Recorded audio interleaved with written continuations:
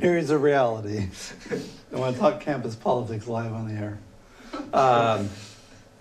So we have one more class session, and then we are going on to talk about life after death on Tuesday. So we're finishing up the mind-body problem with personal identity. And actually, personal identity is sort of related to the mind-body problem, but it's a little different. It's like super related, but technically a different question. Yeah. Is personal identity going to be on our midterm? It will be on the Okay. midterm. So I think I may have misspoke last time. I was thinking it was on the second midterm, but actually it is on the first midterm. It's the last thing we have to cover today. So after class at 3 o'clock, you'll be all set to take the midterm.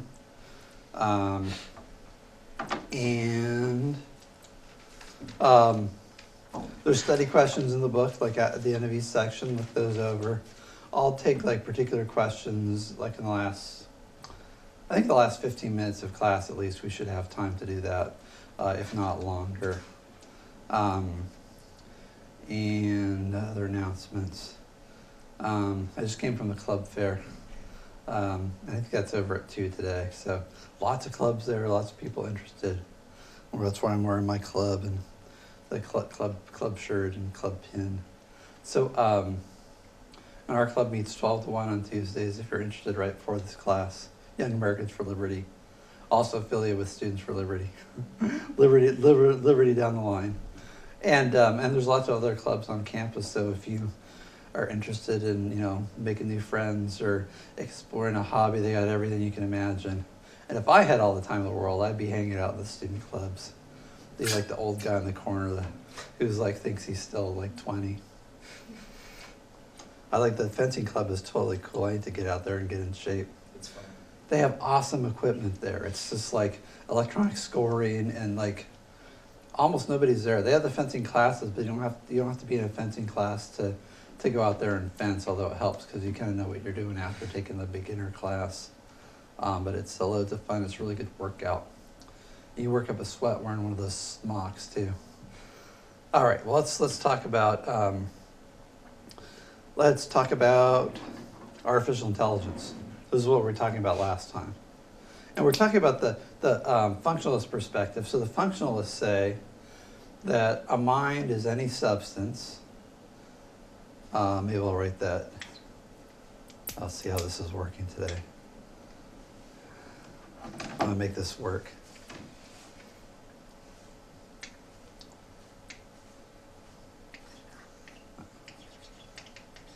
That's why I think somebody was absent today, like my starbird's not all screwed up. A mind is any substance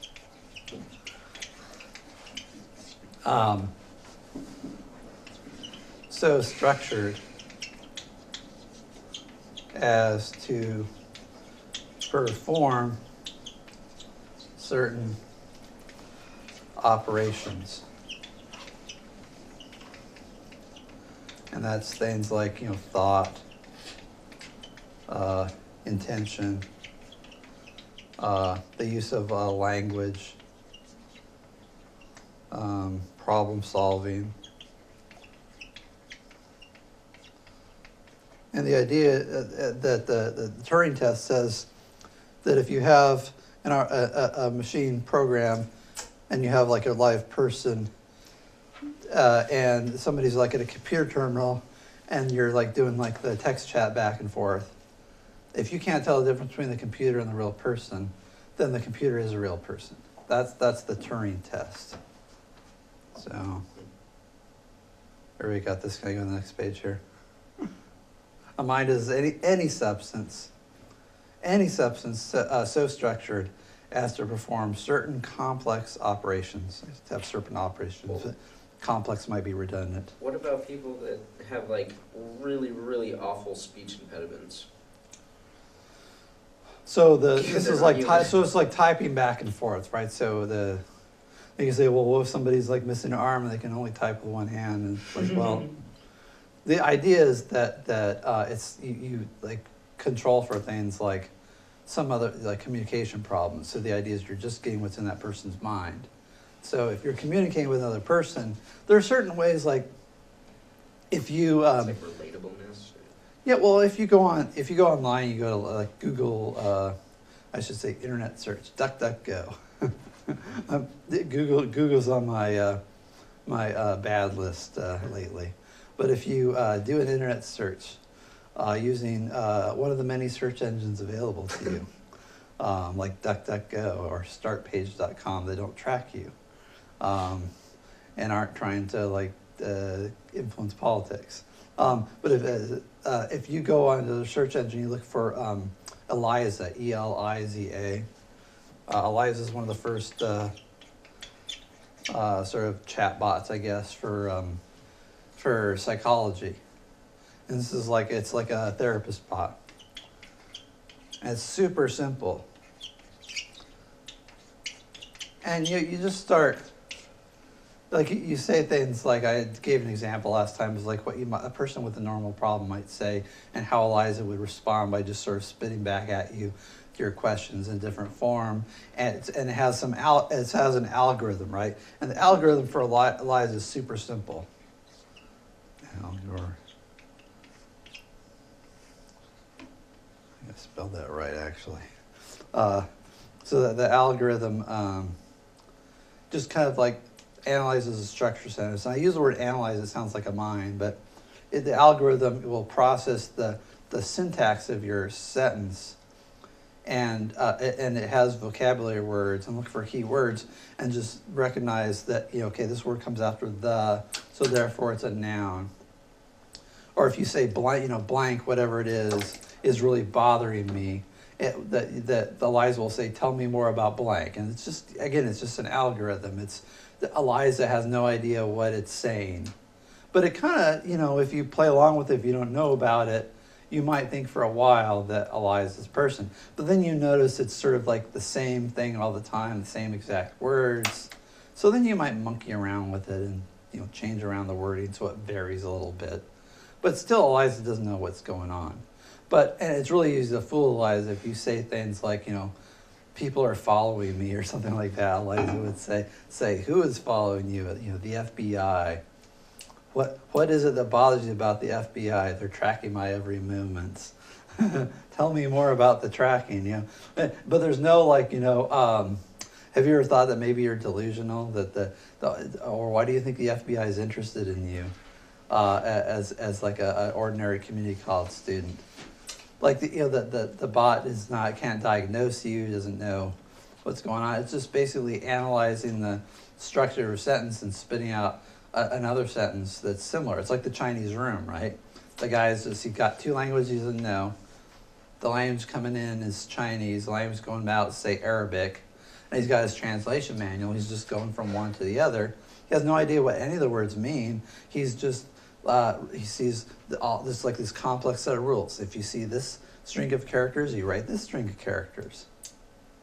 So the computer's doing that. But then what happens if the computer's responses are so sophisticated that you can't tell it from a human being?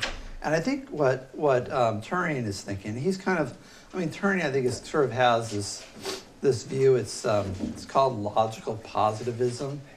And the positivists say, look, if you can't measure it, if you can't verify it, if you can't quantify it, I'll just put Turing test. Positivism. If you can't measure it, if you can't quantify it, if you can't verify it, then it's not real. But if you can quantify, measure, and verify something, then you have to say that it's true. So like, what would be the criteria for being a person? And you can't, the positive will say, you can't say first person awareness because that's not something you can objectively observe. You might be able to tell for yourself, but you can't tell for the person sitting next to you. And certainly you can't tell whether a computer would fit that criteria. You need some observable criteria. So the observable criteria is you do a double-blind experiment, right? Okay, chat with therapist A, chat with therapist B. And then you tell the person after they've done the chatting, one of those therapists is actually a robot, right? They're an artificial intelligence. Which one is it? And if people don't know, if they can't guess, They can't, if it's 50-50, nobody knows. Or say, if people say, if like, you might get more people than not saying it's actually that the artificial intelligence is the real person, right? Then Turing says you will have created an artificial intelligence, and it may be that he's also thinking that the only way that a program could use language to convince a human being is that it was actually understand the meaning of words, right? Because it's easy to flip, to kind of freak out. Like you can't, it's easy to confuse the robot, like if it'll give you inappropriate responses. Like if you say, you know, I want to kill myself, and everyone around me, it will say, tell me more about killing people around you. And it'll like, or if you start saying just like really crazy stuff, like my mother's a vampire, and you know, it'll say, how long has your mother been a vampire? Now maybe like a therapist might just sort of ask questions to elicit information, but at a certain point, if you just start giving it rambling nonsense, like if you put like weird words together, like even a non-grammatical sentence, a human being's going to say, that doesn't make any sense, or something like that. I think Eliza has a thing where if I can't analyze a gram, it will say, I'm sorry, I didn't understand. Could you please say it in a different way? But at a certain point, it's really easy, like, I don't know if you've ever been in a chat channel, it's easy to tell the chat bots from real people. But the point is, when you can't, there's no, Turing would say there's no rational justification for saying that the machine that is using language as proficiently as a human being does not understand the words it's using and what they mean. Because that's the only way you'd be able to use language in such a sophisticated way. Now, we don't have machines currently that can do that, but at some point, we'll have processors that can mimic the brain in speed and complexity. The thing about the brain is sort of acts like a bunch of parallel processes going on at once. So we have a processor speed that's as fast as the brain, but we don't have like the structure and as many processes going on at once. But at a certain point we will, and so the AI people and the functionalist people will say, it's the function, it's not the stuff. Intelligence is an emergent quality of certain kinds of complex systems. So again, this is the idea of a complex system, right? And it's about the function, not the matter. So even say AI or even ghosts, you know, could a functionalist consistently believe in ghosts? That's one of the questions for discussion. And the idea is like a ghost isn't a brain. It's not. But if ghosts exist, and ghosts can have thoughts and intentions and like communicate with people in meaningful ways, you'd have to say the ghost has a mind. And maybe it's made of spiritual stuff, but that shouldn't matter. So you could have a ghost, you could have an artificial intelligence, you could have an alien with a different kind of brain than a human brain.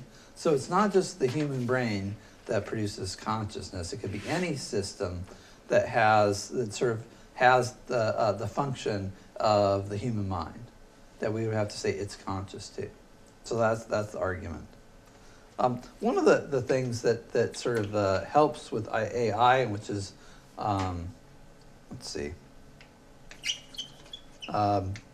which has helped develop it. So I mentioned this last time. There's a strategy of you know, understand. You know, put the word observe. Shoot. Observe, understand, and you know, abstract principles of consciousness. You know, how it works. You know, then build, you know, an AI based on those.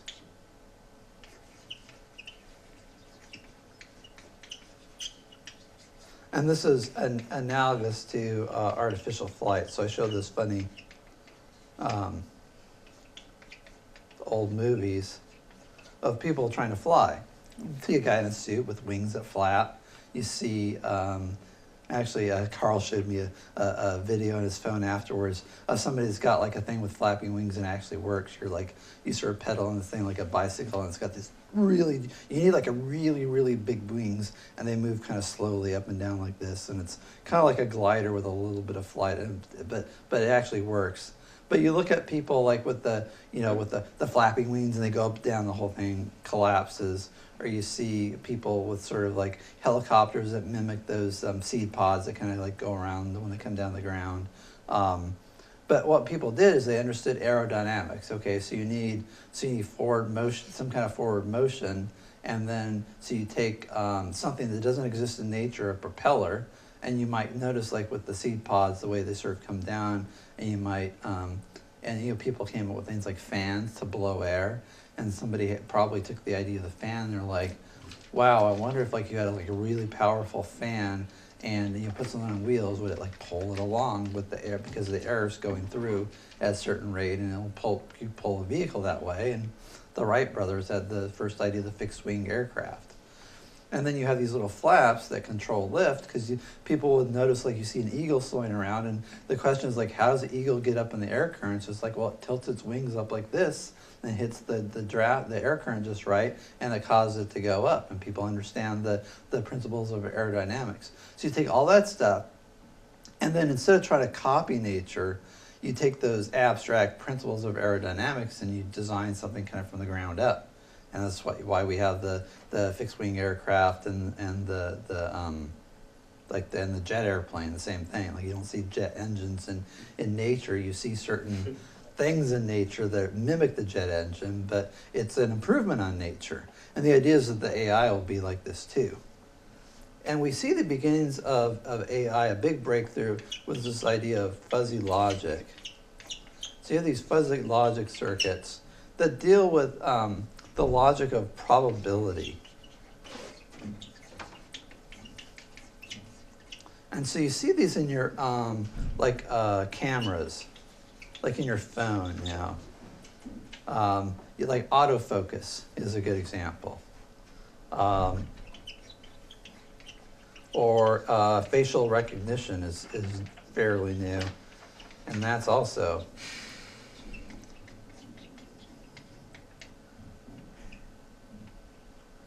facial recognition is kind of creepy. Like you can look at all sorts of different pictures of a person, like from all ages of life, beard, no beard, different angles. And the computer can figure out, like, Google's got all this stuff, and they can figure out, what pictures of you are, and just like search the internet, and they have their spiders crawl around the search engine, and they're like, oh, here's a bunch of pictures of you that you might not even know existed. Somebody took your picture at some like event that you were at, and like, oh, there's a picture of me. And it just knows if you show it a picture of you, it can go find all the pictures of you. Now, it's not like that there's like, an artificial intelligence that like knows what you look like and says, well, there's Jeff, right? But it's got this fancy algorithm. Now, I think the AI people are going to say, well, what is your brain? It's a bunch of fancy algorithms. It's like, oh, I'm hungry, I better get something to eat. Oh, and then it's more complicated things like, oh, it's free pizza. So, and if something's free, then I want to get that more than like paying for something. And one of the things I noticed too, they had a lot of pizza left over. And and last time they didn't have any pizza left over, but I think they ordered the same amount of pizza. And why is that? Well, this time you had to go around and like visit 5 tables and get a stamp and come back and get your pizza. Last time they just put out the boxes down by the cafeteria, and it was gone in like 3 minutes. So, and that's part of human behavior, and that's the way people function with these fancy algorithms. That's what drives human behavior, is all these little rules that you have for, if you based on your past experience to survive, not just your base instincts like for hunger and keeping warm and so on, but also complex behaviors about managing your finances and studying for your philosophy exam. It's all a bunch of algorithms. And so the idea is you can mimic those algorithms, you can have an artificial intelligence, and it just exists in circuits. And this is the way people normally think. So the probability versus what they call binary, which is the way computer code works. It's sort of, ones and zeros. And it's funny because I remember, I remember like the first video game. It's called Pong, and you had like these two paddles that were looked like this. They're white with like a black background, and then there's a net, which is just like a bar. Oops. And then there was a ball, and I think the ball was square too. And we just, go across, and you'd like your paddle would go up and down. And you'd hit it, and then it would go bounce around. Oops, that always happens. Video game was good. But it's all like, it's like 1 to 0. There's no like, 3D and like all the stuff they have now, like 3D and like all this the sort of tracking stuff, and it's all based on complex algorithms that deal with more probability. And so the more, randomness and probability you get in the video games, the more sophisticated they are. And so everything is headed towards more sophistication. There's like artificial vision is going to look like real vision. You see this in the movies already, with like all this sort of fuzzy logic programming, where you see like people who are dead are showing up in the movies. There's Peter Cushing and I think Carrie Fisher too, in a couple of the scenes in this last Star Wars movie, walking, talking, and doing their bit, and you're like, oh, and you tell somebody, oh, that's not actually. They're actually dead, and they died before the movie was finished, so they just did the rest with CGI. Like, wow, I had no idea, right? It'll just be like talking to the artificial intelligence. You'll have no idea. So you get that level of sophistication. The question is what's real and what's not real. And I think the AI people will say, well, it's real when you can't tell the difference. And there's no reason in principle, because you're just a bunch of algorithms to begin with. You don't have a soul. It's all happening in your brain.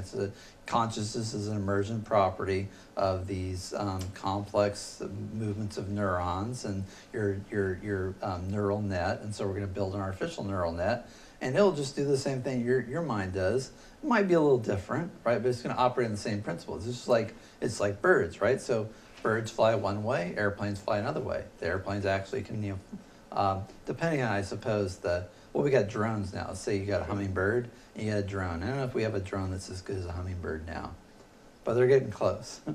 Hummingbirds are pretty sophisticated in how they can maneuver and move around. But if you have a hummingbird and a drone, they both fly, right? So they might fly in slightly different ways and patterns. There might be some limitations to either one. You have like, a seagull, and you have like a jet airplane, right? And they fly in different ways too. Sometimes the seagull gets sucked in the jet airplane engine. That's bad for both the seagull and the people on the plane. But it's still flight. And so the same thing with consciousness. They'll say that's going to be they'll be conscious artificial beings, and they're coming, and we're going to have to deal with it. So any thoughts about any of this? The arguments, the Chinese room argument, that's like the sort of anti-argument. The Turing test criteria. The idea you're just a bunch of algorithms, the idea that the matter doesn't matter, that it's the function that matters. Well, they did actually track all the different neurons in a type of worm. I think I talked about this. You mentioned that last time. So basically all they did was just copy the algorithms that were Yeah. in the brain of the worm, and all of a sudden it starts moving. So I can agree with it. It seems logical, but the human brain is so difficult to track that we're nowhere near there yet. Yeah, so it's complexity, but the idea is that, okay, look, my computer's not smart enough now, but in the future, it seems like that's where things are headed, and you get a computer that's sophisticated enough and with enough processing speed, enough sophisticated structure, and can do the same thing the brain has, then maybe you're on your way to having a real one. Sorry, you had a comment or question? I just think like what comes to my mind is how you view like how you perceive your reality, whether it's materialism, idealism, or dualism. And I think, like, in my opinion, artificial intelligence has the capacity to create logical explanations based on what humans have already discovered in life, and then it can, you know, be translated into a code of some sort. But from my kind of like dualist perspective, I don't foresee a computer to generate the kind of conscious awareness that I have experienced in my life. And I mean, that's the objection, I think, of the dualist objection. Most people that believe in AI tend to be materialists, or they're functionalists. Again, a functionalist will say, functionalists tend to be materialists, but it's not part of their philosophy. So they'll say, like, consciousness is an emergent property of complex systems. And they'll say, we know that there are certain complex systems of nature that are, you know, neurological. And then they'll say, well, you know, what's the evidence for that there's immaterial substances that are conscious? So that, I mean, that would be their argument, or the way the way the functionalists will look at things. They'd say, well, okay, if there are material substances, then they would have to have the same features as material substances that are conscious, I guess, to be counted as minds. But as it turns out, like, the functionalists tend to also be materialists. But they would say, in principle, it's possible that an immaterial substance exists. So if you're a functionalist, you might believe that there could be such things as ghosts. There could even be a God, right? They would just say God. If God exists, God is like sort of a function of a spiritual substance or something like that. That God's thinking is a sort of a structure and a spiritual substance. Kind of weird way of looking at it. I don't know, this guy talking with me about Spinoza, I wonder what Spinoza would say about artificial intelligence, or God being a spiritual intelligence or a spiritual mind. And that's sort of the concept of God as a disembodied mind. So, and dualists don't necessarily have to believe in God, but they typically believe that, you know, you have a soul and there's this kind of infinite soul called God, but God's a case of a disembodied mind, and you'll be a disembodied mind when you die. And the functionalists will be okay with that. They tend to be more scientifically minded and more skeptical about spirits, I guess. So but consistently they can be consistently believe in ghosts and believe in God. It's just that most of them don't, because they're skeptical about the proof for such things. All right, I think that's it for artificial intelligence. You're kind of talking about the materialist. Did you watch the newest study that just came out on the double slit experiment? Oh, I did not. Okay, yeah. You're obsessed with that experiment? No, because this is new, and they tried to come out with a way of dictating which way it went through, and it was very, again, complex. Does this have a bearing on artificial intelligence? Kind of. Okay. Well, it's more like disproving materialism. Oh, a disproof of materialism? Yeah. This sounds like it might be super complex, though. It might be good. I don't want to run out of time for it. Well, it's called the quantum eraser. A quantum eraser. I'm going to look that up after class. Definitely do that. Okay. I mean, I'd say on the side of AI, like, same train of thought, they would definitely have a different experience than we would, because, like, we just have different materialistic equipment to work with. So, like, how would we begin to understand the different experience they have from us and where that can lead? Because this is kind of like how we have a different experience between other animals, like, except this time we might be competing with something that has, like, the same capabilities as we do. But it's also, like, a finite aspect of our brains, because, like, we use the binary side of our brain to create the language that we kind of work on. So they're kind of like a limited aspect of us, but, like, that also gives them a whole new range of conceptual evolution.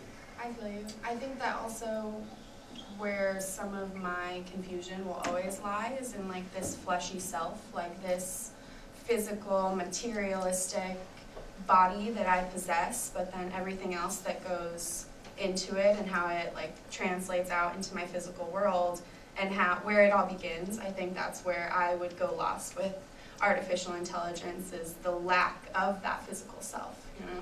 So then what about Elon Musk's Neuralink? I don't know what that is. He wants to augment this. He wants to add the AI software to our brains and then basically turn AI inside of us. So they use our memories instead of like pre-programmed. Like taking our consciousness, would we keep it or Yeah.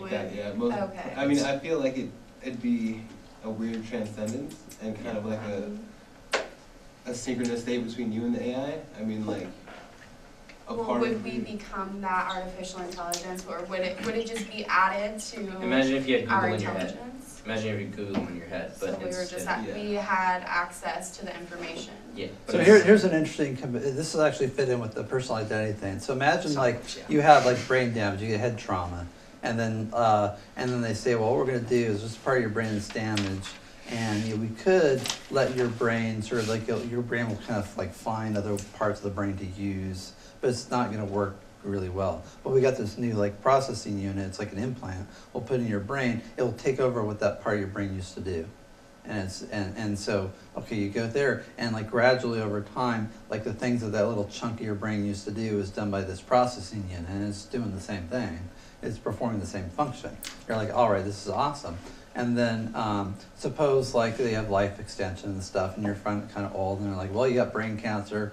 We're gonna have to like take out this part of your brain, but we do this like gradual operation where we're gonna like replace a part of the time, and over like the next 5 years, we're gonna have to replace all of your brain because the cancer, there's no way to stop it. We haven't figured that out. Even though we have all this other sciencey stuff, the cancer is really a tough nut to crack.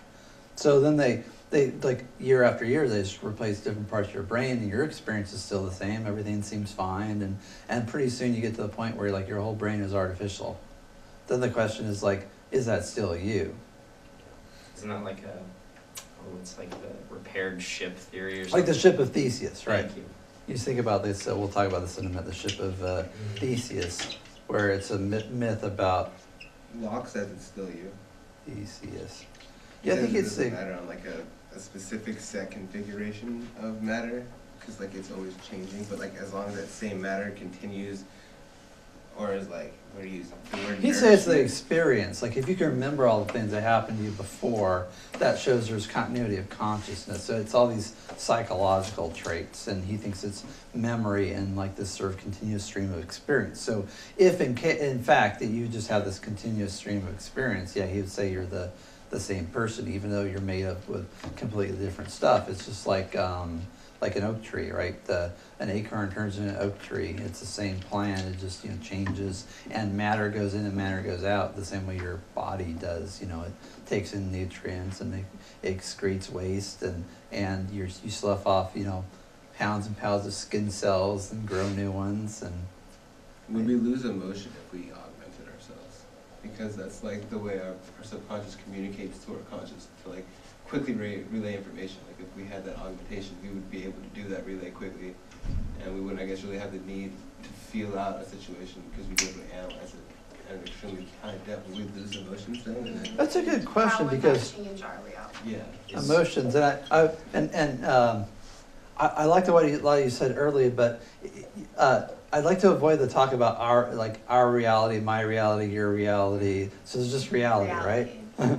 So now your experience might change. Is So- touch emotion? Yeah, So that I can feel, would you consider that emotion? But at some point, if I'm feeling too like hard or poking with something, yeah. that's painful. But the pain is a recognition of something done to your body, so if you do have that analytical ability, Yeah. would you like understand your way out of pain? Because, I mean, like, That's a And then like how like the memory's gonna work too. Like it's just kind of, you think about, could you really, maybe the question would be, could you really replace these things? Because like, you think about things like the emotions like anger or love. It's like they're based on these hormones and stuff that's secreted by your pituitary gland. How's like a artificial brain gonna process that? Yeah. Well, this just came to mind, in like a yogic philosophy, it said that if you acknowledge pain or sadness or anger, and you acknowledge it and you put it out into your physical world and you're holding it in your hand, you have the power in your mind, your soul, whatever you believe, to separate yourself from those feelings and those sensations and no longer feel that pain.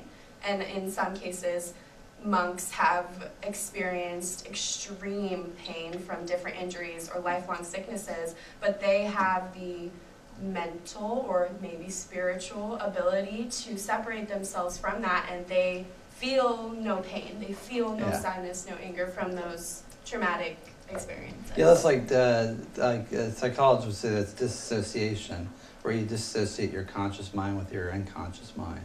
And they actually put people under hypnosis. They do this experiment.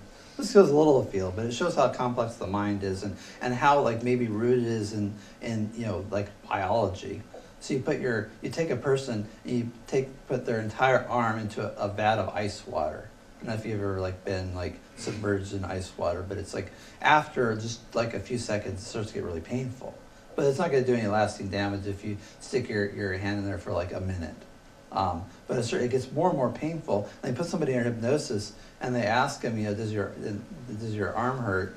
And they'll say, no, my arm is just fine, but there's another guy that really wants to take his arm out of the vat because it's really hurting him. Can he do it yet? And it's just weird. So they don't think about their arm as being part of them, and it splits off. This is what happens when people have extreme trauma and they have like multiple personality disorder. People get borderline personality disorder. Those are all dissociative problems based on people having early trauma, at where they sort of their consciousness is kind of in their mind they leave their body of all the pain, and they lack awareness of what's going on around them, but still have some rudimentary awareness of it.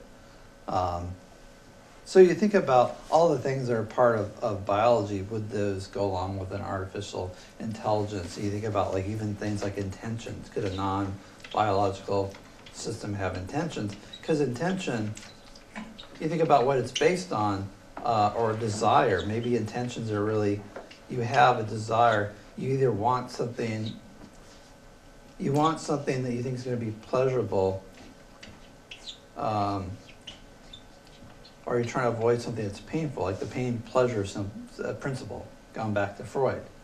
That seems to drive all human behavior. Pain and pleasure, and then the things we associate with those. But if you have an artificial intelligence that doesn't experience pain or pleasure, is it really going to be able to form intentions, desires? Is it going to have likes and dislikes? Now you might have a program, and you might make the machine with an artificial language say something like, I like ice cream, or it might say, whatever, I like being a robot. But does it really mean it? That would be the question. And can it have likes and dislikes if it's a non-biological system? Now the contrary argument is, well, you're just like a network of processing units anyways. You're just made of biological matter. This thing's made of machine parts, but it's the processing of the information and the electrons that creates consciousness. I've been talking this for a while. This idea of a emergent property, consciousness. The functionalists see consciousness as an emergent property.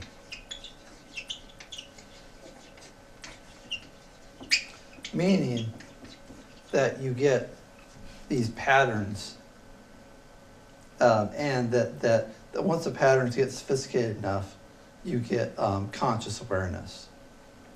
And this idea that, and I think they would say that this idea of qualia, this idea of first-person awareness, first-person experience, will come with a sophisticated enough processor. People like Searle say no. It's just will never happen. You'll just get increasingly convincing fakery. You'll have a thing that's imitating human beings, such that maybe someday you couldn't tell.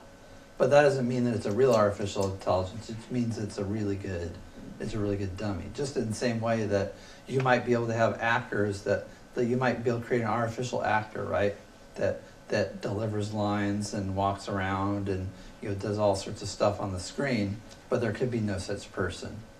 And so you wouldn't say that the actor has consciousness, but it's able to fool people. In the same way with the artificial intelligence, you might not be able to tell the difference. there's also worry about like that, so there's practical and moral implications for AI. Let's talk about that for a minute maybe. Haven't they started like a ministry for artificial intelligence? Not yet, not in the government anyway. There's No, different no. private groups that are taught, like think tanks, that will talk about the ethics of artificial intelligence. Google's really working on this with they have Singularity University, which is affiliated with Google. They're funding it. This guy, Ray Kurzweil, is a big advocate of human enhancements and artificial intelligence. And there's this debate between Kurzweil and Elon Musk and some other people about like whether AI is a danger. So is or That's why he's making Neuralink. He's absolutely afraid of it. Yeah. He's like, we're gonna need to put it in us to compete, or like at least stay on the same level if they want us to like pull a weird Matrix takeover thing. yeah, it's just sort of like the idea of an off switch. That you have the fail safe because you get a machine that's like as smart as a human being, and especially one that can make more machines with that intelligence, and you get exponential growth of intelligence to a certain point where human beings look like insects in comparison. You see this in some movie. I haven't seen the movie. It looked good though with I think Johnny Depp, called Transcendence. Oh yeah. Yeah. That is real. So that's sort of an idea of what might happen. It's an ideal version of what might happen. Yeah. Yeah, and you don't. The thing is, you don't know. There's a famous example, like if you tell an AI, okay, I'll just do something innocuous, like say, AI, you're a stamp collector. Build the most awesome stamp collector ever, and you just sort of start out, and you're like teach it how to use eBay and look for stamps, and you give it hook up with some databases of great stamp places, right? So you think, what's the robot going to do? You give it a little money to collect the stamps and tell it to go, and you go have a cup of coffee. By the time you come back, it might have run a scam on eBay to bilk money out of people, made like $1 million, and then hired some thugs to rob some rare stamp collection in Bulgaria and steal them and fly them over to a secret location where where a vault's being built for the stamps, and maybe the most efficient way to build the best stamp collection ever is through theft and assassination. Right, so you don't. I mean, you expect it to act like a human being, but if the machine's just thinking in terms of efficiency and it doesn't have any ethical algorithms, you don't know what it's going to do. And it's going to do things that you're not going to be able to anticipate because at a certain point it's going to be smarter than you.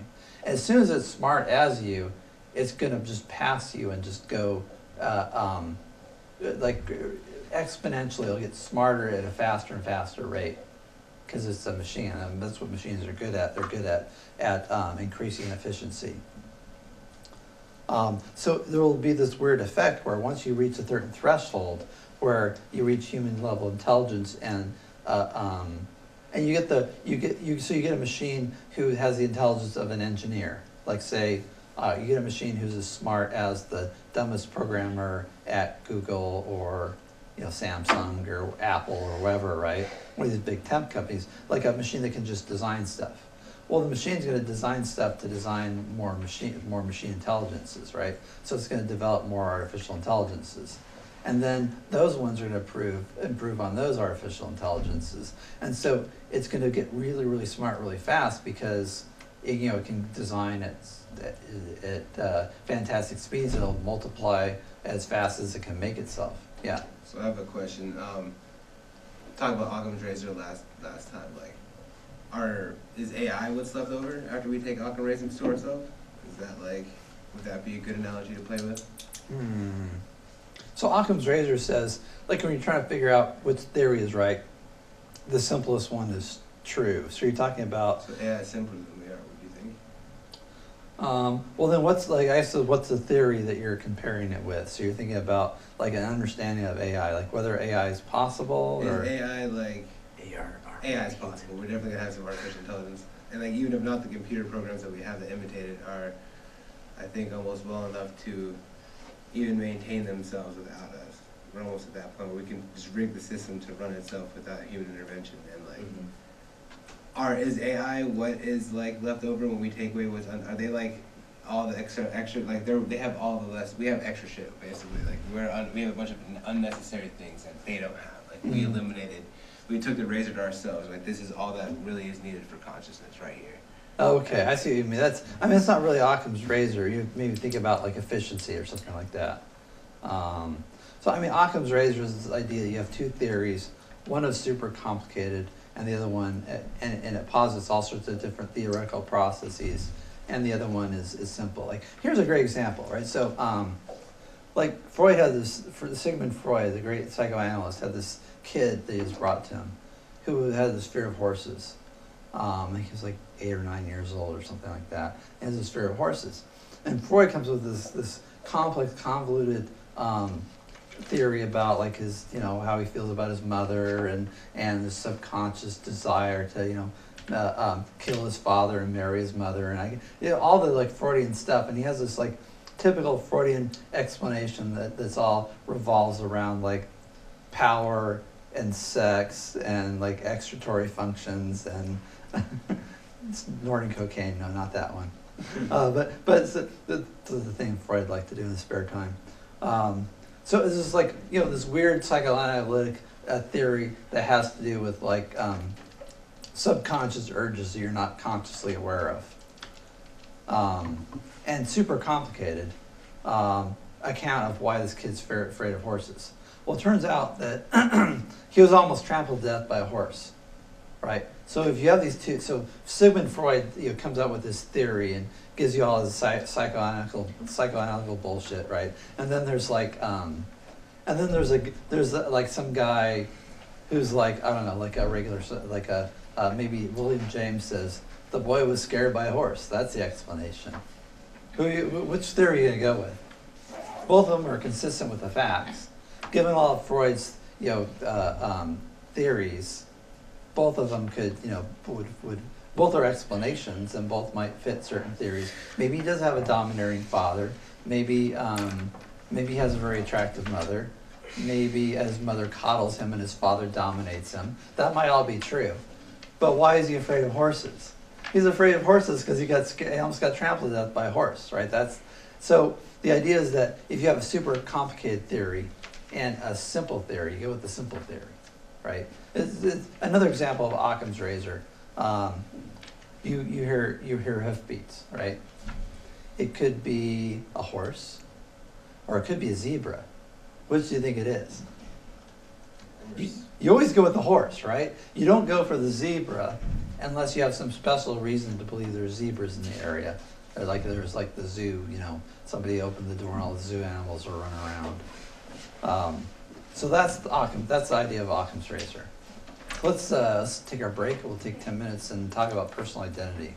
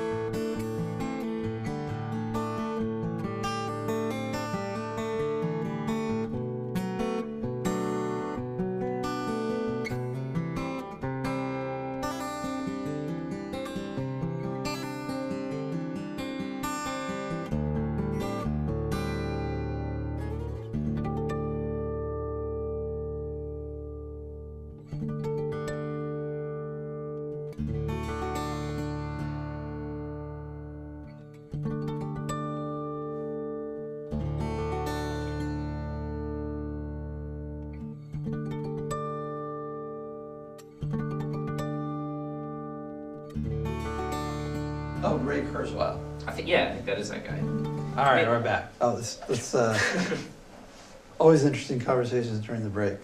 One of the advantages of being in the studio classroom here. Just one thing about the moral implications of AI. So that's kind of like something to contemplate. Like, you see that in the new Westworld like series, it explores this a bit about like if you have artificial intelligences, like would they have rights? Would they be treated like slaves? Do you have to take if they have feelings, you have to take those into consideration. There's a movie that Steven Spielberg did a while back called AI that explored those themes as well. So it's interesting to think about that.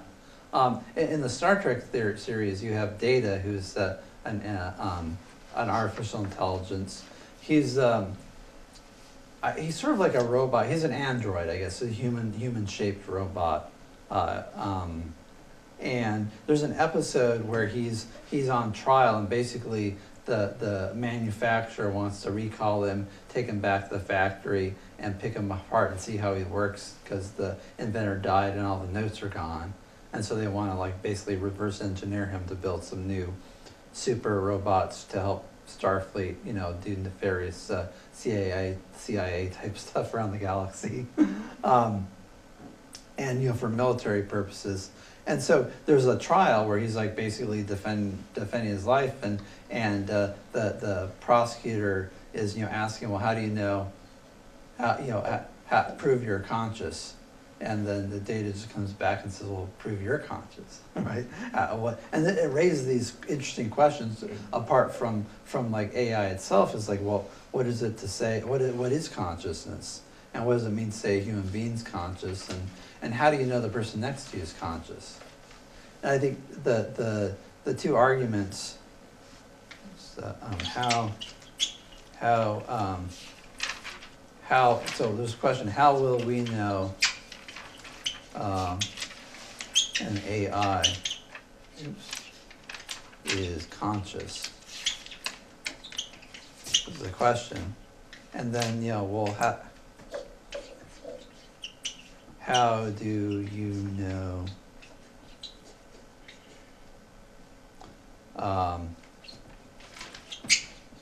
the person next to you is? Or another way of putting this is, prove you're conscious. Prove an AI is conscious, well, prove you're conscious. And typically people talk about two things. There's physiology, so, and then there's behavior.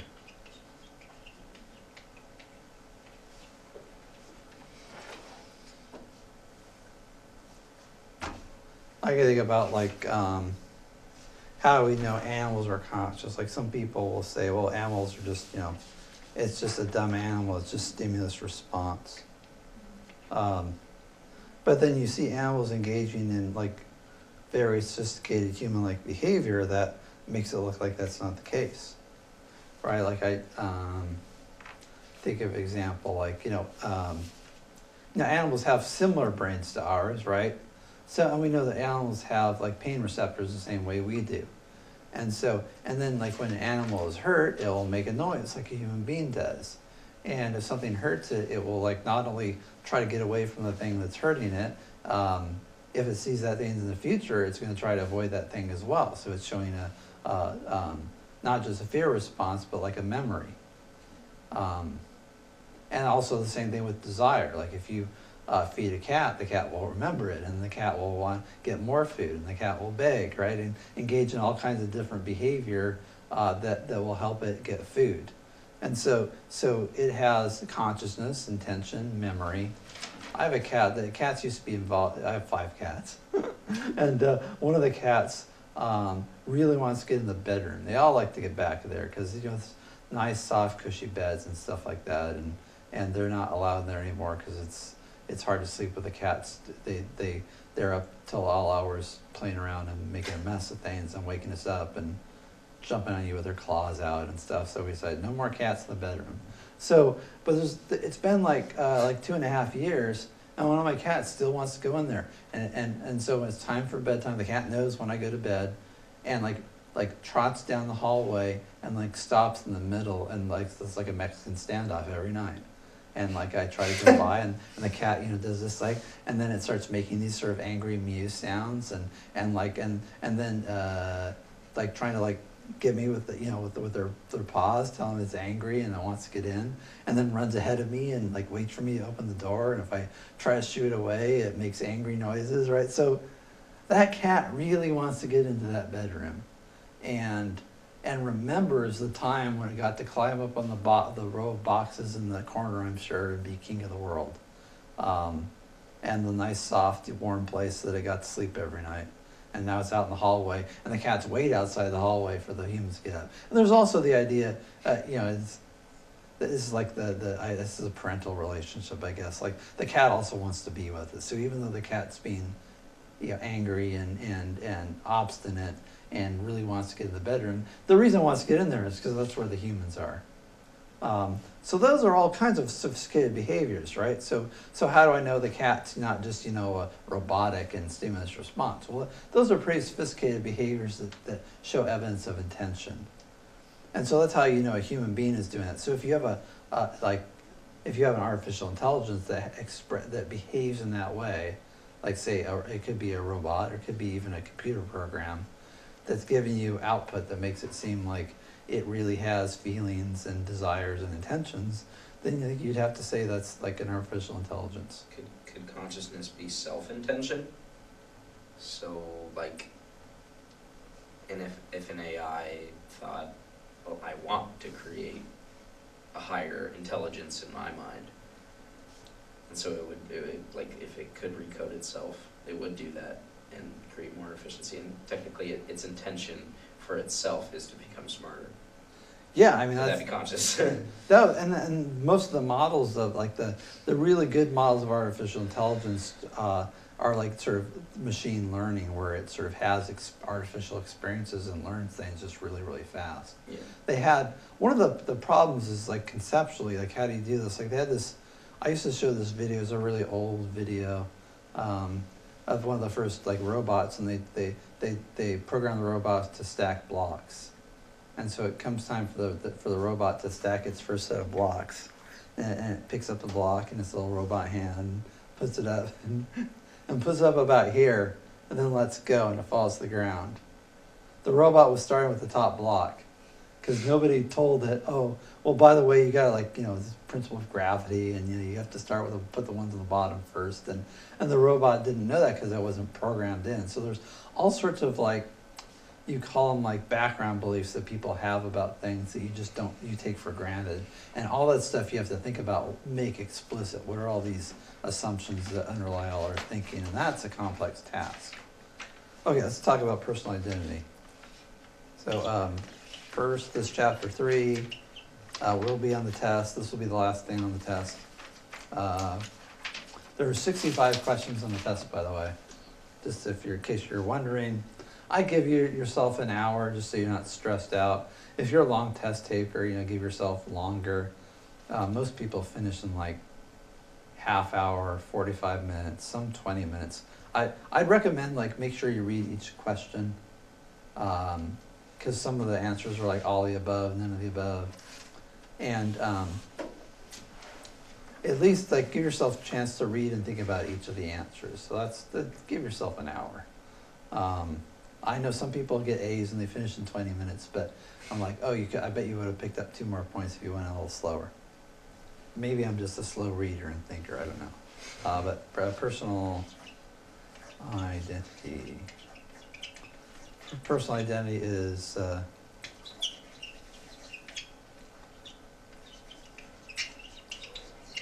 what makes you, you. And so the question is, what makes you, you, like at one time, which is this sort of idea of what is a person, and then over time. Sometimes over time is called Remember? like diachronic identity, but just think about it. It's like what makes you the same person over time. So, you know, I remember when I was a kid, I might have if I mentioned this in this class, Did I talk about my love of Evel Knievel, the daredevil from the 70s? Yeah, so I think I might have done that like in the very first class.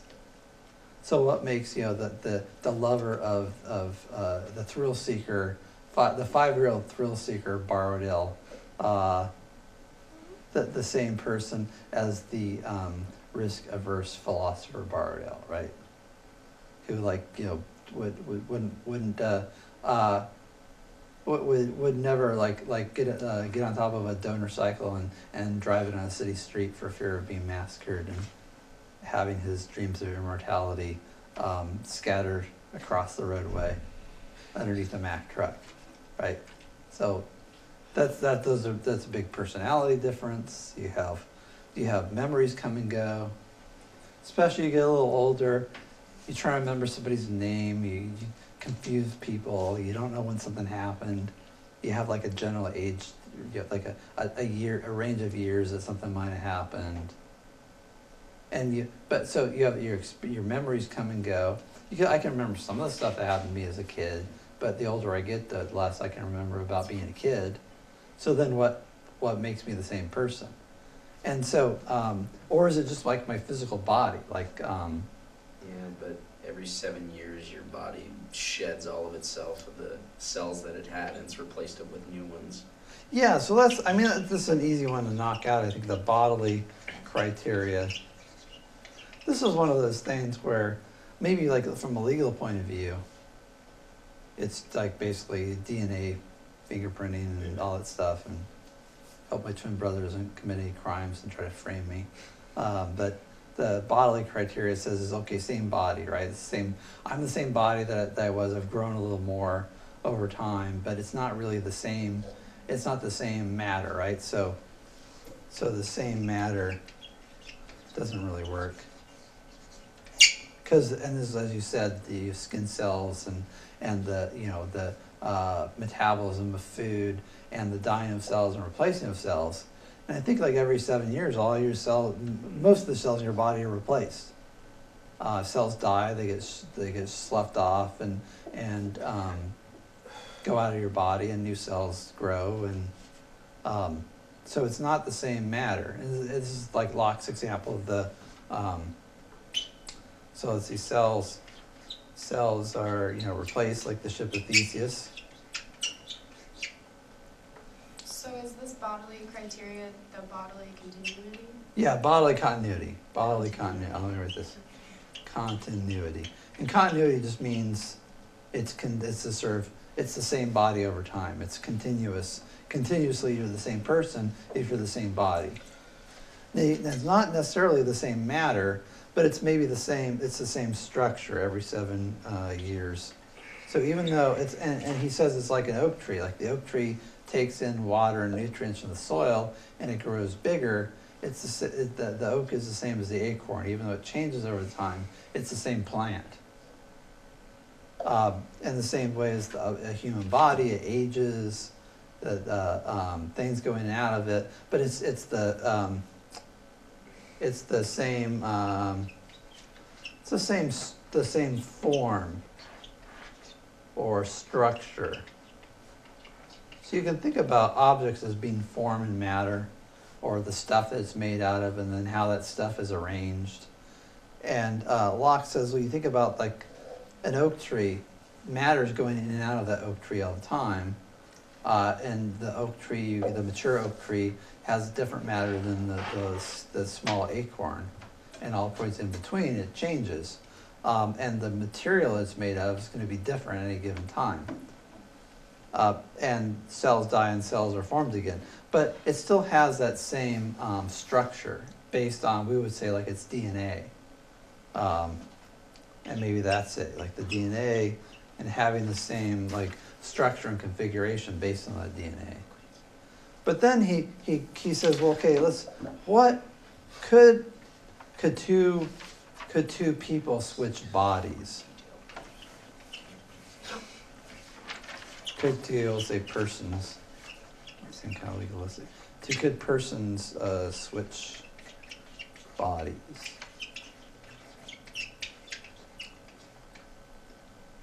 So he has this, the prince. This is like the story, the Mark Twain story. I like calling this the Prince and the Pauper story. What? Anybody remember what happens here? It was like Prince and a poor kid who looked the same, so they switched places or something. Yeah. So they don't switch. So in the original story, it's they switch places. So Locke says, what if they switch bodies? What if one morning the prince wakes up and he's speaking like a Cockney accent and says, "Where's my mum? And why does everything smell so fresh and clean? And I need to go feed the pigs."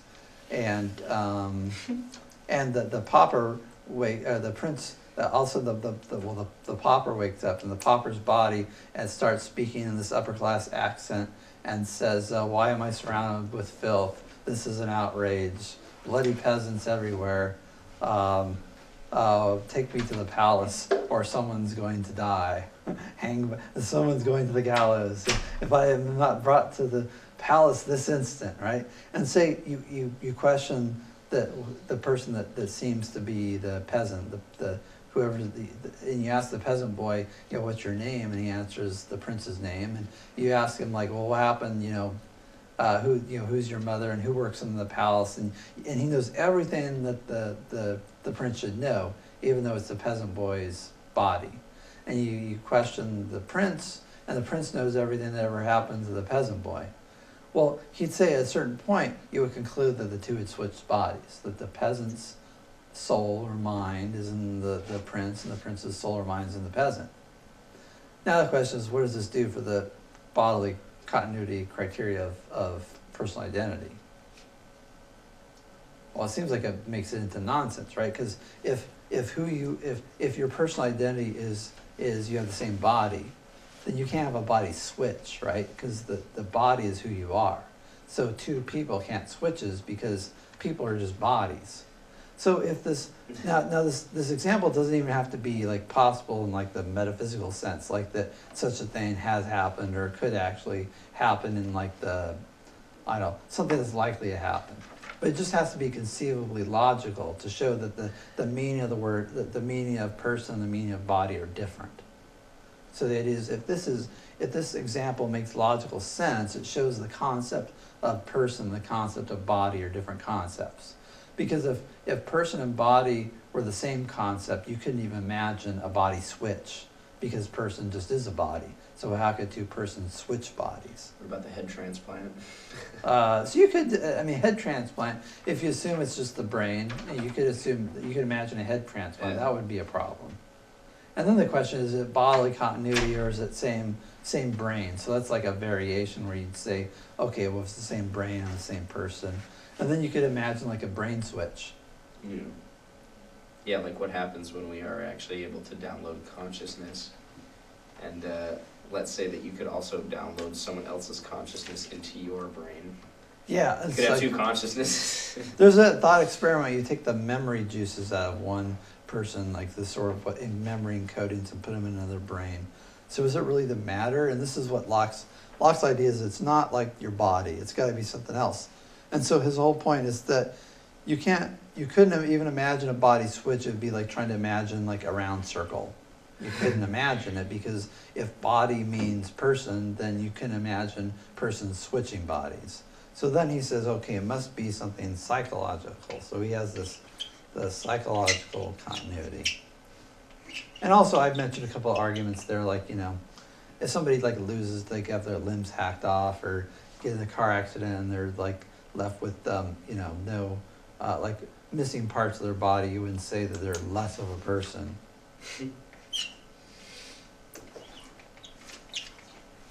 So then the question is about like psychological continuity.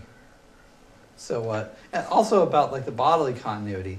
It might be that most of the time the way we tell who a person is by their body, but that's not what a person is. So this goes back to like this logical behaviorism argument. Remember, right, we said that the way it might be that the way you tell someone's angry, you see how their body's reacting.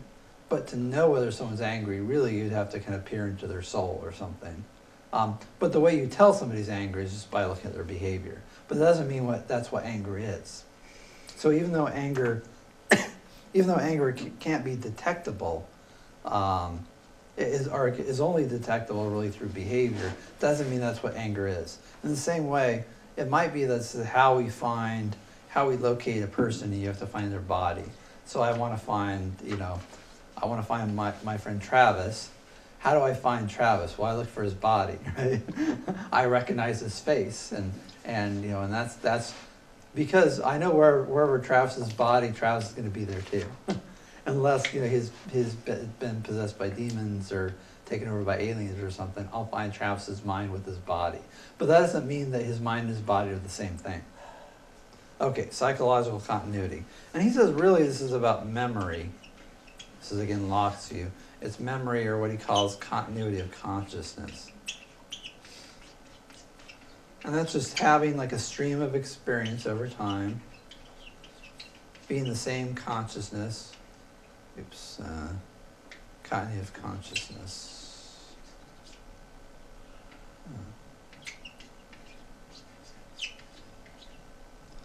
And that's what a person is. Now here's a question, like what if you lost all your memories? If you got like amnesia, and you like can't remember anything that ever happened to you, and say it's permanent amnesia, are you the same person or not? I guess you have a different identity now. Yeah, Locke would say no. Do they have the same personality, but they can't remember anything? Yeah, this is a good question about personality. Like, what if you have the same sort of jokey personality, or you're placid, or whatever it is. So the question about do you need, because personality enough? I mean, when someone doesn't remember anything, usually they'll say like, I don't know who I am. Like, I don't know what my name is. And you see this in movies where some guy has amnesia, like that Robert Ludlum thing. Jason Bourne, right? Yeah. He doesn't know who he is, but then all of a sudden people knew who he is, and he's like, kick some ass to get out of a tight spot, and he's like, wow, I know how to beat people up and kill people. I wonder who I am. But so we'd say like if he doesn't know who he is, even if he has like a certain personality, maybe you would say that he's not the same person. Now I guess you might argue that really those memories are like down there somewhere, and we think that, and that's why we think it's the same person, because we think, oh, he could remember those, and he will remember those things sometime. But what if it's permanent amnesia? Then it seems like the memory criteria is not really going to work if you say you're not the same person if you can't remember anything. Well, what about like clones? Or actually it would work. So I think, let's get to the clone thing for a second. So if what makes you the same person is being able to remember your past, then if Locke's theory is true, if you can't remember your past, you're not the same person. Would you say that if you can't remember your past, would you say you're the same person or not? What would you say? I would probably argue yes. You are the same person? Yeah. Yeah, so then Locke's theory may not be a good one. If intuitively we say you are the same person, even though you can't remember your past, then that might not be it. The clone thing's interesting because a clone is just like a biological duplicate, so it's the same body, but different consciousness. But I mean, like the orientation of atoms, I guess, is technically what dictates what your brain is exactly. Mm-hmm. Every single location of those atoms. What if you were to, let's say you had this technology, you could place every single atom, match it perfectly to yourself. Yep. Would that be you? That's a good question. Like and there's been some philosophical papers that are written about this, and they have the sort of transport on Star Trek thing. Yeah. So the idea is that the way the transport is supposed to work is it maps every molecule in your body and every atom, and then it turns you into energy, and then it reassembles your atoms on the other side from the energy. Yeah. Well, what if it takes that map that it used to reconfigure you and just takes some other matter and makes a duplicate of you, or makes 10 of you? Then the question is, who's the real you? Because Yeah. at the moment you come in the transporter, you're exactly the same. Now, you see the transporter, you see like a person comes out the other side and they get down and the plot goes on, you're like, okay, well, it's the transporter.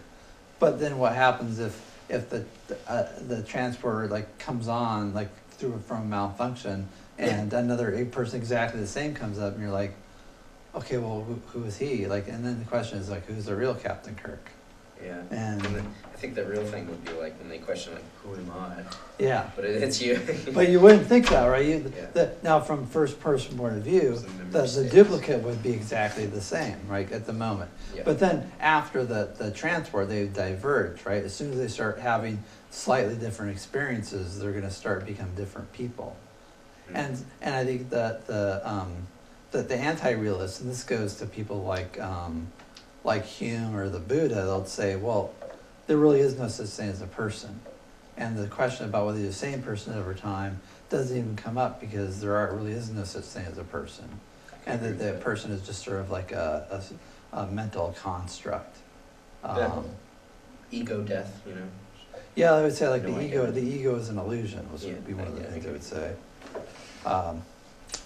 Okay, so let's Is the see. ego what we construct from our memories? Like our brain has all these memories of everything that we've encountered and seen and felt, and so by that we just produce an ego that we stand by to solve other problems. So that's why some egos are so different. Like some people can have the same type of experiences throughout their entire lives, but they can still turn out to be a completely different person.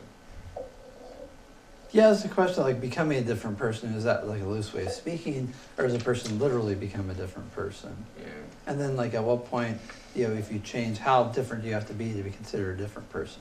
Yeah. Did you get to the parrot thing yet? No, let's okay. actually do the parrot right now. Okay. So, personality. I just want to make sure I didn't miss something here. Okay, so the parrot. So what's the point about what's the parrot do? What's the story? This is a question about like people debate about how seriously Locke's taking the story of the parrot.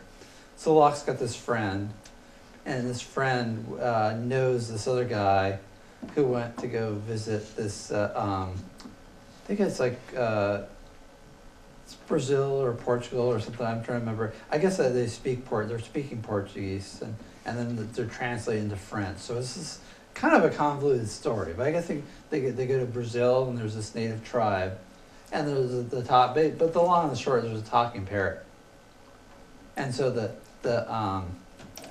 parrot like starts conversing, and there's translation back and forth, and the parrot says, "Wow, look at all these white men here, right? This is Brazil, so everybody's dark." And it's like, "What are all these white guys doing here?" And they say, "Oh, we're from we're Dutch, and they say, "Who are you?" And the parrot says, "I am the parrot." And they say, "Oh, what do you do here, parrot?" And he says, "Well, I guard the chickens, and I do a good job of it." And it starts clucking like a chicken, right? And the idea is that this parrot's like having a conversation with these people. And Locke says, "I have no reason to doubt that this actually happened." And maybe, what's the conclusion about the parrot? It's conscious. Yeah, the parrot is a person, right? So it's the parrot. The parrot is a person, but not a man. So a man, the concept of man is person joined to an animal body of a certain sort. 2 arms, 2 legs, a head, like the humanoid shape.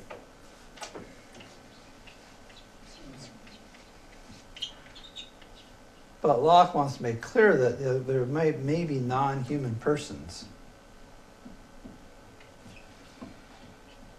Is persons just another word for identity? So person is, Locke defines it as a rational self-consciousness. Oh. So this gets the issue, I suppose, of artificial intelligence too. So a man is a person joined to an animal body of a certain sort. But there are human persons, and there might be non-human persons, like the parrot. The parrot's a person, but he's not a human. And then, so Locke says a person, this gives his definition of person, is a rational, self-conscious being.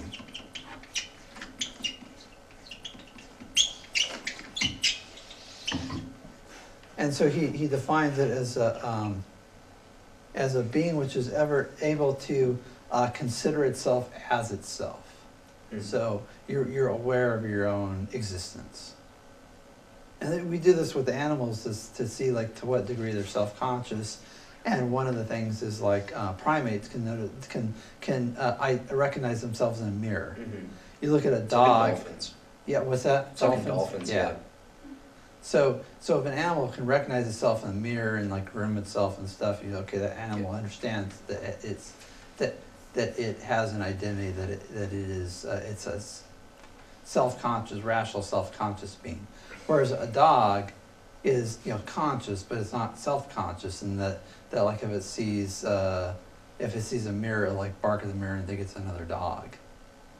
So it's like maybe a dividing line. So a rational, self-conscious being is able to consider itself I want to microchip my dog. as itself. I'm like super intelligent. They have that. You know, they're going to be implants coming out down the pike there. I believe it. I've got a former student of mine actually has an implant that he's a quadriplegic, and it helps him like control a computer cursor and move it around there, so he doesn't have to use his hands, which has limited use of. And it's there in his brain, and it, like he has the intention of like, you know, send the cursor left and right. He can move it with his brain. So you know, there's lots of, and there'll be things that will take over processing power, and probably it'll start out as like help for like people with disabilities and Alzheimer's disease, maybe replacing damaged tissue and so on. So the difference, this idea of getting at what consciousness is or what a person is, and Locke says it's this continuity of consciousness. You're able to consider yourself as yourself. You can say I.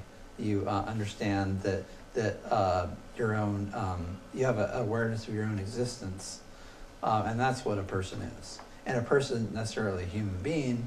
You could have animal persons, like non-human animal persons, or you could have like an alien, or you might have like a ghost, or God, right? God is a person. He's in the Western conception, God is a personal being, even though he's not a human being, except for in the case of Jesus, if you're a Christian, but that's another story.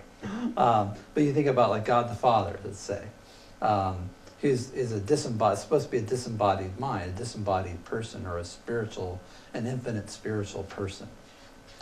Okay, I think that. How do you actually rate intelligence? Like IQ, I feel. That's a super interesting question, but I think it's off topic. Oh, Yeah. So what about his oak example? Oh, the oak tree. So the oak tree is supposed to show why that.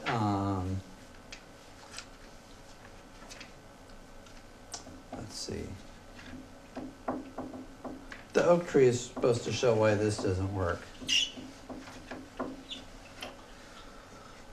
So the oak tree talks about like the molecules, or Locke calls them corpuscles, which is sort of a way of talking about atoms. Locke calls them corpuscles in his philosophy. So the atoms of the oak like come and go, but the oak remains, right? And he says even though the atoms that made up the oak before 100 years ago might be, you know, gone into the earth and dispersed by the wind, the oak tree remains. And he thinks about like the ideas that the atoms are sort of doing the oak dance. You know, according with the biological structure of the oak, it's, you know, grows and changes, but it's the same oak tree, not because it's made of the same matter, but because it has the same form or the same structure. So he says maybe we could do that with this idea of the bodily criteria. It's the same body. Could we do that? And then he comes up with the body switch example, which doesn't really fit with that. So like the organization of parts in one coherent body? Right. How it's they are organized, like that structure? Correct. Shows that they're the same? Right, Or so that- for an oak, he says, and he talked about like he's talking about like personal identity for different objects. So what makes this bottle the same bottle, right? He says, well, it's just the matter in the bottle. It's the matter, and it's the same bottle if it's the same, glass. Like, so like, this particular bottle, it's the same bottle. We don't have to go beyond the matter that it's made out of. But he says for living things, it's different. It's not the same matter because the matter in a living thing is always changing. So for living things, he says it's structure and organization. It's the form, it's not the matter. So for non-living things, it's just the matter, right? Same bottle cap means it's the same lump of matter. Like if I take this bottle cap and I like mash it into, I don't know, I melt it down, mash it up, it's still the same matter. And say the same bottle cap.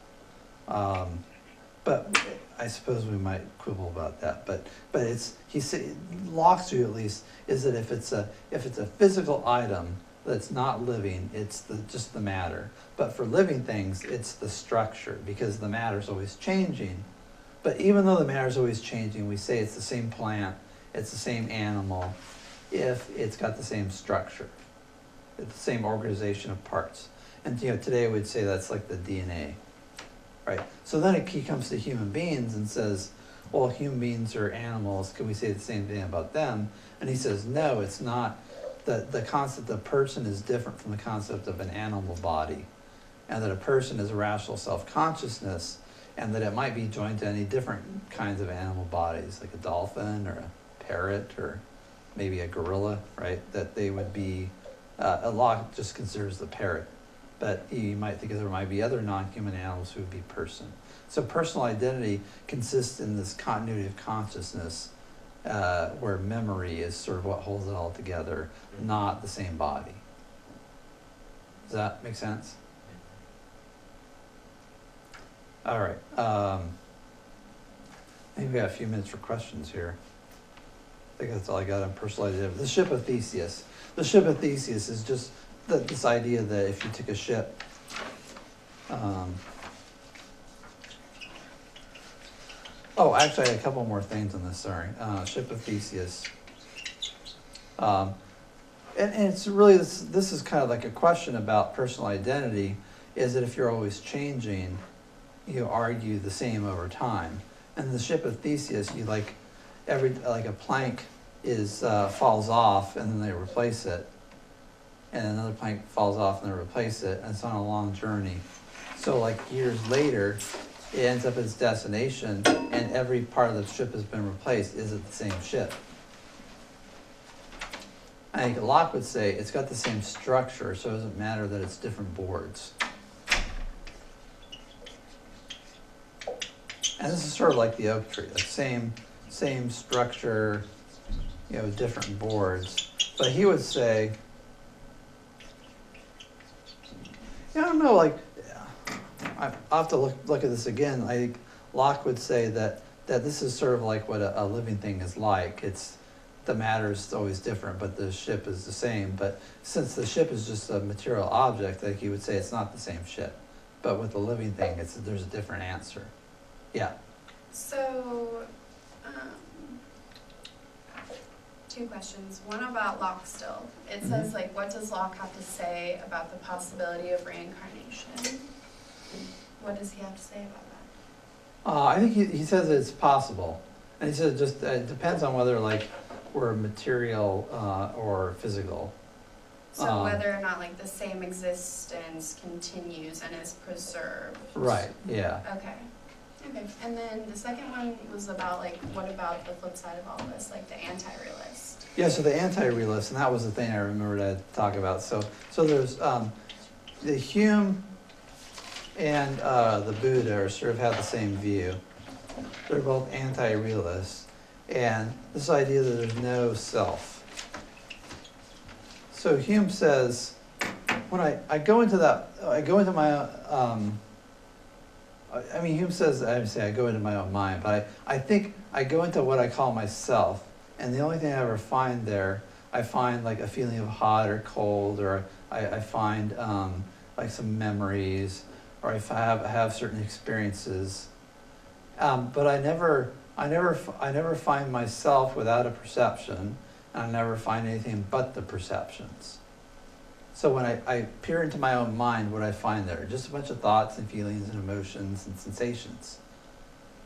And okay, well, there's like, I'm hot, I'm cold, I'm thinking about my childhood.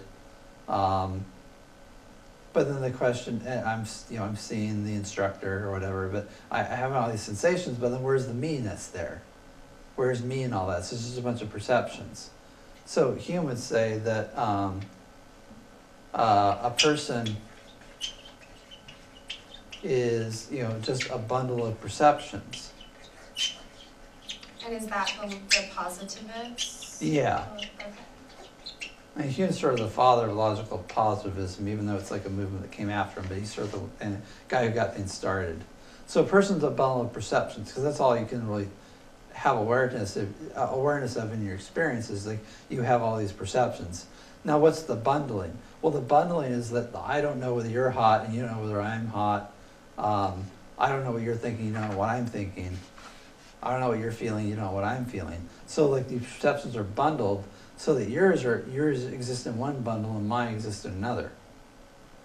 And this is also another way there is no substantial self. And Hume sees these as equivalent. So it's like, suppose I were to say, God is a projection of the father figure. That's consistent with saying God doesn't exist, right? So Hume says, well, a person is just a bundle of perceptions. It's the same thing as saying there is no such thing as a person. Mm-hmm. It's just a bundle of perceptions that we call by this name, but there's no unity at one time, and there's no continuity over time. It's not a substantial thing. So the self is not a thing, it's just a process of change. The Buddha's in the same way. The self is sort of like the name of a process, but there's no identity over time. So the Buddha talked about like the self as sort of being like a candle flame. And we'll talk about this when we talk about life after death. That you have like a candle that's lit, and then you have another candle that's not lit, and you transfer the flame to the second candle, and you blow out the first candle. I ran out of room here. And then you have the second candle here. And then you ask the question, well, is that the same flame No, as this one? You would say no? because they're different wicks. So it's Different wicks, but is it the same flame? So that's what Buddha wants you to say. I don't know. I was like, it doesn't make any sense to ask that, maybe. Like, you sit there and you think, well... No, I like it. I mean, it is a different candle. So the candle's analogous to like your next body and your reincarnation. Something goes from one candle to the other, because when you meditate, you can like go back into your past lives and remember all the things that has happened to you before. But Buddha would say that who you are as a person is just a series of processes. It's a bunch of sensations and feelings and desires, which are bad and cause you to suffer. But there's no thing there. It's just a process. But when you're reincarnated, you're just like, you're continuing the painful process. Yeah, do you have another? It just says like resemblance, contiguity, and causation. Like, can you explain what he means by that? He says that those three relations, that's like what identity depends. So like resemblance, contiguity, and causation. Is that like basically what you just said? Like, we're just a bundle of perceptions, and like how we create our identity is just based on... I guess like the perceptions come and go. Like you're thinking, oh, like it's really hot in this room, and you think, oh, this was like last summer when I was in Mazatlan and got that sunburn, and then you're thinking about like maybe your ex-boyfriend, right? And it's just sort of like, these one memory leads to another, and it's just the memories come and go, and it's kind of like Hume says, it's kind of like a stage. That's his, like, another thing is the theater of the mind. And he has this idea, it's just these perceptions come and go like bit players, that do their thing on the stage and then exit on the other side. But we have no idea like what the theater is or what the players are. So it's just perceptions coming and going.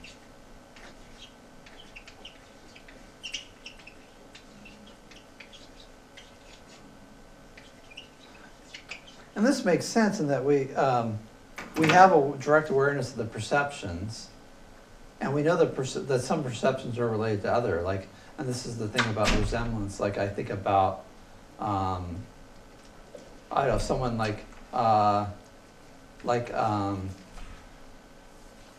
some person, like some staff person yells at me, and I think about the way my mother used to yell at me, right? There's a resemblance there between, say, this woman and her expression and the things she says, and the answer is no. I had somebody say that to me recently, and I'm like, this sounds like something my mother would say. Actually, my mom wouldn't say that, but suppose I had an angry mother, right? And so it's resemblance there between the two people, and there's like, it evokes a memory, and then I start thinking about my mother. Well, that's like this sort of cause and effect that goes on in your mind, and constantly, you shouldn't think about your mind as a thing, as a sort of like mysterious black box where successive impressions make their appearance and glide away. So the flip side of that would be the Immanuel Kant's Right. theory, where if that were true, then we wouldn't be able to like have lasting opinions or what we've created. Yeah, there's stability, and people have distinct personalities. There's also like learning. How do you explain learning? How could a bundle of perceptions learn anything, right? And learning involves like present perception, brought together with past experience and then future prediction, and that assumes what Kant calls a unitary consciousness. So he's a realist and believes in a unitary consciousness or self consciousness. This is why Kant's a realist, about like the thinking subject is a real thing for Kant. All right, perfect timing here. Good luck on the exam, everyone. Feel free to stop by office hours, send me a little message. You can take it today until it ends next Thursday at 7 o'clock. Where do we take it? Center 311. Center 311. Center 311. And then we just go ahead and